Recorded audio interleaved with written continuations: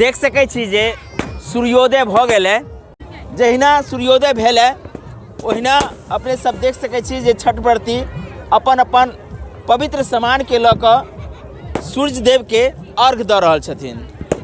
बाँसक बनल ढकिया देख सकै छी, ई कोनिया है, ई अपने देख सकै छी सूप अछि, एहिमे राखल जे भुसबा अछि, ई ठेकुआ अछि, बता दी जे ई आदि अछि, ई मूली अछि। प्रकृति के मिलऽ वाला तमाम सामग्री के उपयोग कयल जाइए।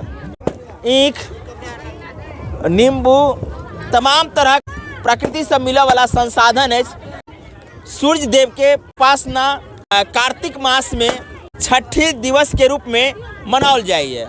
अपने सब देख सकै छी जे ई व्रती सब महाव्रत करऽ के लेल 3 दिन से उपासना करै छथिन, जाहिमे पहिल दिन खरना, दोसर दिन सँझिया अर्घ, आइ जे छै से परना। अहाँ सब देख सकै छी नैना भुटका, धिया पुता, माय बहिन, काका काकी, बूढ़ा बूढ़ी सब गोटे एहि पर्व में हर्षोल्लास के साथ अबै छथि। भीड़ अपने सब देख सकै छी जे कतेक लागल अछि। की नाम है? लक्ष्मी नारायण पासवान। की कहल जाय छठि पर्व के लऽ कऽ? ई पर्व तो महान पर्व है, घर घर जे छै से बिहार में, पूरे बिहार के, आब तो पूरे विश्व में जे छै से छठ पर्व जे छै से मनायल जा रहल अछि। एहिमे जतेक सामग्री उपयोग कयल गेल है, जतेक देख रहल छी, आम जीवन में उपयोग होय वाला सामान अछि, ई प्रकृति से मिलऽ वाला सामान अछि, एकरा लऽ कऽ की कहऽ चाहै छी?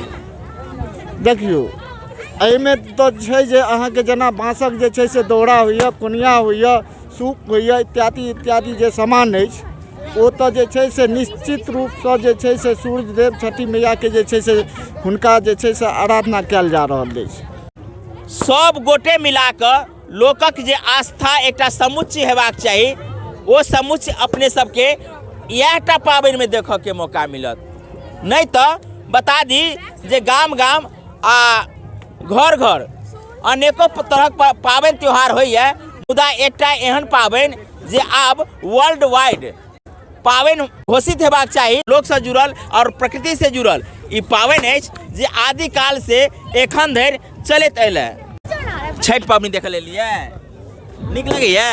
जोर से बाजू। नीक लगे ना? खुश छियै? की नाम अछि? यू बाजू ने, चॉकलेट देव।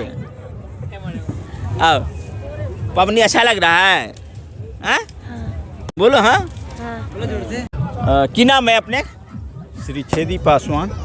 छठि पाबनि से की एकटा संदेश मिले छै लोक के? ऐसे जेना कि सब हमर भाई बंधु बाहर रहै छथि आ गाँव में रहै छथि, सबके जे छै से एक दोसर के प्रति अहाँ के भावना जे छै, जुड़ऽ के भावना छै।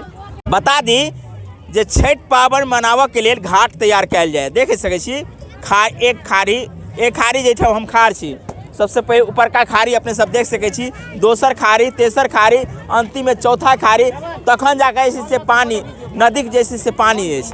और सबटा तहकीकात केनाइ एतुका जे छै से धिया पुता नैना भुटका के काम रहैए। कारण जे कतऽ गहीरगर पानि अछि, कतऽ कम पानि अछि, जतऽ छठ व्रती जे छै से आराम से आसानी से पानी में जाकर अपन व्रत करती।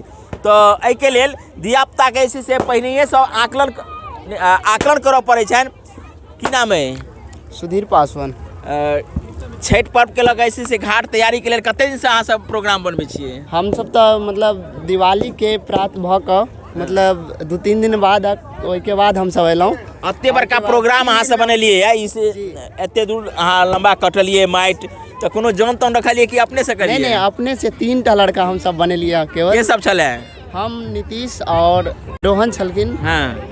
और बच्चा सब। एहिमे बहुते गोटे, बहुते रास जे छै से देखै छियै छिट्टा ढाकी सब राखल छै, तो सब गोटे के सहयोग एहिमे छै?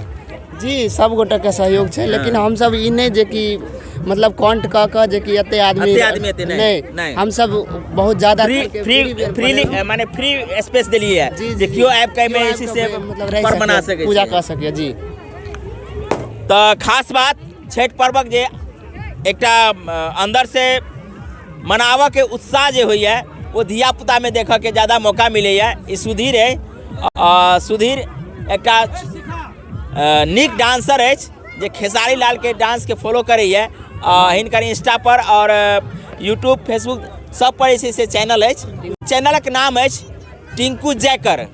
अहाँ सब जाकर हिनका सर्च कर सकै छी। बड़ा नीक डांस करैए। खासकर हिनका डांस जे छै से खेसारी लाल के ट्रू कॉपी होइए।